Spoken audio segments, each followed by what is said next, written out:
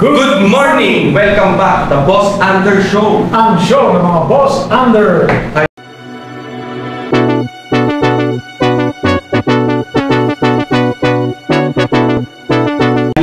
Welcome back! Kamusta, Boss B? Eto, meron na naman tayo ng pag-uusapan na mainit sa mga Pilipino. Ay, Nakakapagtaka naman kung bakit. mismo at sa mga nagdaang linggo, ang mga Pilipino'y nagulat sa mga Nagdatingan itong mga komikero mga okay! kaya naman tayo nagsasalita ng ganito. Kasi para naman sa taong bayan to hindi Exactly. para sa isang tao lang na para masenso. Hindi, para sa lahat to. Sana pagbigyan nyo kaming marinig yung mga opinion ninyo. Okay, Boss Under. Tama. Boss Under, ano bang pag-uusapan natin ngayon? Ngayon mga Boss Under, no, dahil nalalapit na ang eleksyon. No? Boss B. Nagsipag-file na ng mga COC nila Naglabasa na ang mga tatakbo sa susunod na eleksyon at yan ang ating pag-uusapan ngayon mga Boss Under. Magsasample tayo ng isa na nakitaan natin ng medyo dapat nga ba o hindi. Naku po, mabigat dyan. Pero para may idea ulit kayo mga Boss Under, eto, panoorin nyo in 3, 2, 1. Magandang hapon po sa ating lahat. My name is Deo Balbuena, ang tunay ko pong pangalan, at kilala po ako bilang isang Diwata Pares. Nandito po kami para mag-file po ng COC para po sa Vendor Party List at isa po ako sa mga nominado. So maraming salamat po at magandang hapon ulit sa ating lahat. So ayan, ang Vendor Party List po, ito po ay samahan ng bawat maninindang Pilipino na alam ko po na marami ng party list, pero ang vendors po kasi wala pa po talagang nagre-represent para po magkaroon ng boses ang bawat maninindang Pilipino. Kaya po nandito kami ngayon para tumayo bilang isang boses ng bawat maninindang Pilipino. Hindi lang po dito sa Manila kundi sa buong Pilipinas po. So ang kasama ko po ay ang aming founding chairman. Nandito po sila, kasama namin si Tita Malolipana, Sir Lawrence Pisigan at si Ma'am Cheryl. So ayan, kami po ang kumakatawan ng Vendor Party List. So maraming salamat po sa inyong lahat. Okay. May mga katanungan sa Medjanoy, no? Sige po. Magtatanong? Question please. Dwight Plopler. Clarification lang, sir. Pang-ilang nominee po kayo ng Diwata? Pang-ilang nominee po kayo ng vendor po ba o vendors po? Vendors Party List po kami. Vendors part. Opo. At pang-ilang nominee po? Pang-apat po. Bali pang-apat po ako. Pang-apat po. Opo. At kung makapasok po ang Diwata, ang vendor, sorry. Kung makapasok po ang vendor sa Congress, ano po yung specific legislation na gustong i-push ng inyong grupo? Ayan, ang advokasya po kasi ng Vendor Party List ay tulungan iangat ang bawat maninindang Pilipino. So yun po. Magtatayo kami ng kooperatiba para na kung saan mas hindi mahirapan lumapit yung bawat maninindang Pilipino. Tapos mayroon din kaming gagawin mga advokasya namin na yung mga vendors na kailangan natin iayos, lalo na po katulad sa akin, dati lang po ako state vendors, doon po, yun po ang isa sa mga tututukan ko doon para po yung walang mga pwesto, pwede natin tulungan para magkaroon ng mga pwesto, abot lang din sa kanilang makakaya. So, ganon. Sino pa po? Meron pa magtatanong? Wala na. Sa ABS-CBN po may magtatanong. Magandang hapon, Diwata. Sino yung first 3 nominees ninyo? Ayan, yung first 3 nominees po namin, kasama ko sila, nandyan sila ngayon. Binanggit ko kanina, si Tita Malolipana, Sir Lawrence Pisigan, at saka si Ma'am Cheryl. So, sila po yung Okay. tatlo. Oo, bakit ikaw yung mas pinagsalita nila ngayon? Kasi, alam ko din naman na mas marami magtatanong pag nandito para sa akin. Kaya ako yung umakyat talaga. Nag-voluntary para umakyat dito na ako na lang yung magsalita. Okay. Tapos isa na lang, Diwata, yung vendors party list, kapag nangyari na natuloy sa Kamara, ano specifically yung isusulong yung panukalang batas? Kasi marami ng party list groups ang nagre-represent sa mga maralita, sa mga mabababa na mga ang trabaho o ang kabuhayan ni nga. Ayan, ang mga batas na tulad ng sinabi ko kanina, na magkaroon, kasi di ba sa dami ng party list, pero wala pa po kasi nagrepresent ng vendor party list. Nandito kami ngayon para maging boses sa lahat po ng mga vendors, para tulungan po, magtulong-tulong kami para may angat po ang mga vendors sa buong Pilipinas. Okay, meron pa pong magtatanong. Robert Mano. Teleradyo po yan, Mr. Hi Diwata. sir, magandang hapon. If ever lang ba mabigyan kayo ng pagkakataon na makapagsilbi, makakuha kayo ng pwesto sa Kamara pagdating ng halalan sa Mayo, paano ninyo hahatiin yung oras ninyo? Let's say for example, dahil nominado din po kayo dito, kahit na pang-apat kayo, it would entail a lot of works, di ba? Kailangan nyo pong pag-aralan yung mga panukalang batas na isusulong ninyo. Hindi po ba magiging hadlang ito para doon sa mga negosyo nyo naman na pinapasok ngayon? Hindi po, kasi sa business ko bilang isang Diwata Pares, may mga tao naman po ako na nag-handle na mapapagkatiwalaan ko. Kaya yung oras ko, kaya naman po i-divide kung saan dapat. So binibigyan nyo ng garantiya yung publiko na ano po ang mas focus ninyo ngayon na dahil tinanggap ninyo yung nominasyon, yung pagtitinda po natin, pagiging vendor o yung mga advocacies at panukalang batas na isusulong ng inyo pong party list group? Siyempre magpupokus tayo sa party list, pero hindi naman pwedeng pabayaan ko rin yung tindahan ko. So, yun. Bibigay po ba kayo ng Anli Pares sa Kamara? Ay bakit hindi kung gusto nila? Mag-unrice tayo doon at free soft drinks pa. Yun, nato po. Yun. Kayo na. Na-content na namin yan noon. Kilalang-kilala nyo, walang iba. Kundi si Diwata. Diwata Pares. Guys, panoorin nyo yung unang video namin dyan tungkol kay Diwata para malaman nyo yung talambuhay niya. Kinento namin doon sa una naming video about Diwata. At ngayon, panibagong content naman para sa kanya. Dahil, Boss D, binigla tayo ng Diwata. Kaya nga, ito walang personalan to. Ano lang to, talagang kinakailangan lang. Tama. At bilang pamagat ng ating pag-uusapan natin ngayon, ito ang tatawagin namin puppet or asset. Yan! Bigat-bigat yan. Yan, Boss Ander. No, Jun. Okay, so, eto na nga Boss D, no? Hindi naman bago sa lahat, napanood ng mga Boss Ander natin sa social media accounts na ito nga, tatakbong congressman na itong si Diwata under vendor party list. Nako! Ayan na! Ayan ha? Napanood nyo yung ano na yan nag-file na si Jose si Diwata sa pinakita namin video kanina. O ikaw, okay, simulan natin kasi marami na naman, Boss D, marami na naman tatanong sa atin ha. Kaya nga Ano tayo ng mga ilang tanong na kinuha natin sa ating mga ito yung tanong lang naman nila, tsaka opinion din nila. Wala tayong magagawa kasi Pilipino yan. Oo nga. Bigat-bigat na responsibilidad ang gagawin ni Diwata. Kaya tama. Okay, di sagutin na natin kung kaya natin sagutin. Tayo hindi naman mga politiko, pero opinion lang to. Mismo yan, Boss D. Okay, unang tanong. Ang unang pinakamalagang tanong ng mga subscriber natin, ano ba ang vendor party list? Iyon, tanong. Ano nga ba, Diwata, ang masasabi mo sa vendors party list? Ano bang nilalaman niya? Ano bang agenda niyo? Ano bang plataforma niyo? Parang ganun yun eh. Eksakto. O ano nga ba? Ikaw, Boss D, anong sa tingin mo? Kasi ang sabi ni Diwata, ipaglalaban niya daw ang karapatan ng mga vendors. Paglalaban niya daw ang mga vendor na mga walang pangpuhunan. So, saan pa kukunin yun? Ano bang batas ang sinasabi niya na magagawa niya? At medyo mabigat na batas yan, ha? Kasi hindi lang naman siya ang magdidesisyon. Hindi lang naman ang vendors party list ang magdidesisyon yan.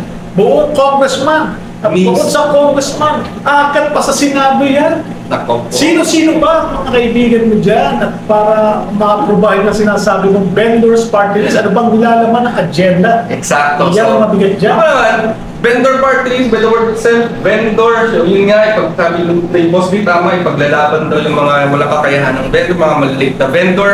Yun ang pinaka-content at agenda ng vendor party list. Okay, so ngayon, pumunta tayo sa susunod na tanong na ating subscriber. Yan pa. Ano ba yun? Mabigat-bigat to. Kanino pa galing yan? Huwag mo nang Wag banggitin. na. Sariling desisyon ba, Boss D? O may nagkudyo? Tinatanong mo ba ako? Oo! Tingin ko parang hindi niya sariling desisyon yan eh. Kasi ang sariling desisyon niya is palakihin yung negosyo niya eh. Oo. Wala naman siyang idea na tumakbong congressman, wala naman siyang idea na tumakbong mayor, wala siyang idea na tumakbo sa politika eh. Eksakto! Kasi ang isip niya, ang focus niya yung business niya eh, yung overload na business. Kita mo naman yung mga kinokontent niya sa kanyang social media, di ba? All about business. Business na. Tapos magtataka ka, all of a sudden, biglang nag-decide. Ano? Pasabog Ano ba talaga. ibig sabihin nun? Meron pa sa kanyang kumuha, mayroon pa nag-joke, may nag-sponsor pa sa kanya. Diretsuhin mo na, Boss D! Ano yun? Ano ba? Ano kaya? Inudyokan ba nino? Siyempre, meron tao matulog dyan. Hindi naman pwedeng siya lang. Joke niya sarili niya. Ako din no, mga Boss Andrew, Boss D, naniniwala ako Kasi, no, kinontent na natin yan si Diwata, no, kinontent na natin yan. Alam natin yung, at some point, nakwento natin yung talang buhay niya na sabi natin no.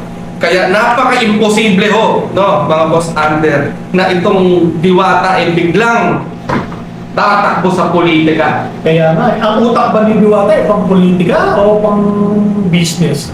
Yun ang sinasabi ko. So, eto na nga, no? Hindi na tayo lalayo. So, sabi ni Boss D, mga Boss Ander, hindi kami naniniwala. Hindi kami naniniwala na kanyang sariling desisyon yan dahil gusto niya lang tumulong. Kasi kung ako tatanungin, pinitignan ko siya nung nagsasalita eh. Wala naman sa puso niya yung sa politika eh. Big ng itsura niya no? Walang reaction, although syempre kilala naman natin ang Diwata. Alam natin mabait siya, alam natin matalino yan kasi negosyo yan, lumawa ng negosyo. Ibig sabihin, may utak eh, matalino eh. Pero Matalino. Tsaka, didiretsuhin ko na rin kasi matalino ka pang business sa akin, gamitin mo, hindi sa politika. Baka mahirapan ka dyan, baka mamaya hindi naman sa pinipersonal kita, ang daming matitigas sa ulo dyan, baka mamaya mapaaway ka pa dyan eh. at saka, Boss D, na-appreciate naman natin, nakikita naman natin na itong Diwata baka talagang gustong tumulong. Okay? Talagang gusto tumulong yan. Diba? Lalo na sa mga vendor na sinasabi. Eksakto. Vendors Na-appreciate namin yan. Kasi naranasan niya yan eh. Nung pinapaalis siya dun sa pwesto niya dati, nung dinidemolish yung mga Pero, yun nga tama, pero hindi, ang pagtulong mo, hindi mo na kailangan dumaan sa politika no? Kung gusto mo talagang tumulong, siguro naman, no? Mayaman na ang Diwata. Diba? Yun na. Yaman ka na eh. Masingit ko lang, meron pang isang senador na tatakbo yan, tatalakayin natin yan. Eksakto, talakayin natin. Mabigat-bigat yun. Mas mabigat yun, ha? Dinilip lang namin yung mga sinasabi niya. Inaalam lang namin kung sincere yung sinasabi niya. Ayan. Pero antayin nyo. At saka ito na, Boss D, no? Kaya mga Boss Andrew, kaya kami nagtataka, napanood nyo naman yung video na flash namin dyan kanina. Pang-apat siya. Ayun na nga eh, yun ang masakit doon eh. Doon kami nagtataka. Sino ba ang may-ari ng vendors party list na yan? Siya ba? O meron pang mga nauna sa kanya na kinuha lang siya para lang gamitin? Diretso na. Eksakto, Boss D. Well, so para sa mga hindi po, naiintindihan kung bakit namin sinasabi yung pang-apat si Diwata, paliwanag mo, Boss D. Paano ba yung takbuhan dyan sa party list? Kasi ang pinagtatakahan ko dyan, sa party list na yan, kung pinaglalaban niya ang vendors party list, dapat siya yung number 1. Bakit ba? Siya Boss yung D, pang-apat. may 1, 2, 3, 4 ba yan? Paano maliwanagan ang ating mga... Kasi kung pang-apat ka at nanalo ang party list, mga vendors party list, saan ka? Hindi ikaw ang congressman. Ganun pala Yung number one, sino ba ang number one? Ano ba pangalan ng number one? Siyempre si Malu. Huwag mo ng pangalanan muna, no? O yung pangalawa si Yung pangatlo si Lord. Alam nyo na yan. Tapos ang pang-apat si Diwa. Oo. Ang problem doon, pag nanalo ang party list, Hindi naman si Diwata ang uupo. hindi siya. Sa totoo lang.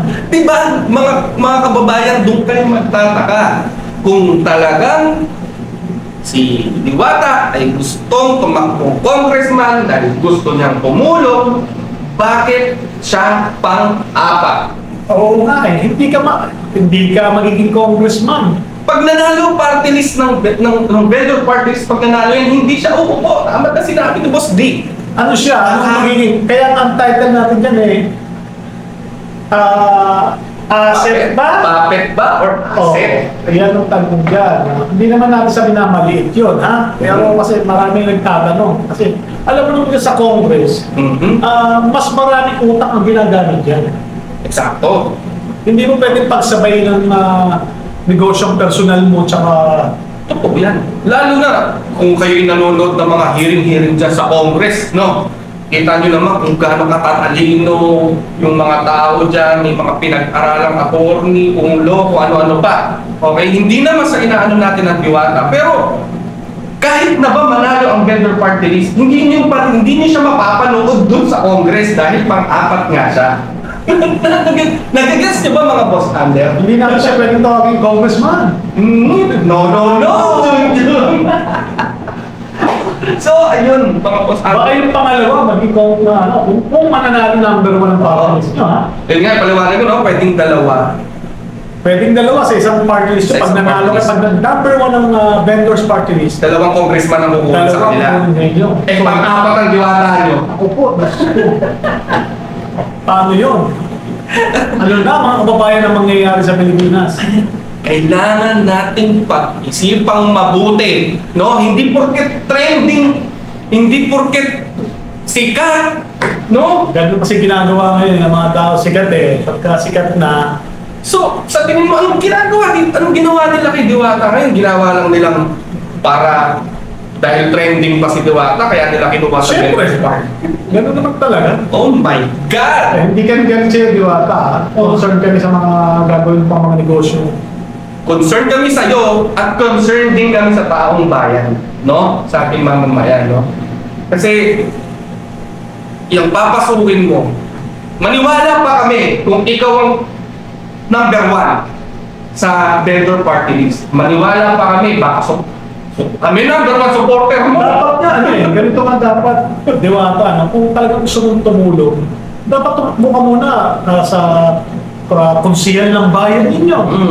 Or mayor ng bayan nyo. Probinsya, di ba? Oo. Simulan mo muna doon sa mababang pwesto. Pag-aralan mo kung paano. Kasi sa totoo lang, ginagawa na ng lokal yan, ng mga LGU yan. Oo, yung pagtulong sa sa vendors. vendors. Ang dami ng kooperatiba na tumutulong dyan. Ang dami ng tumutulong sa mga vendors. Ang problema lang natin, hindi naman sa paninira sa mga vendors.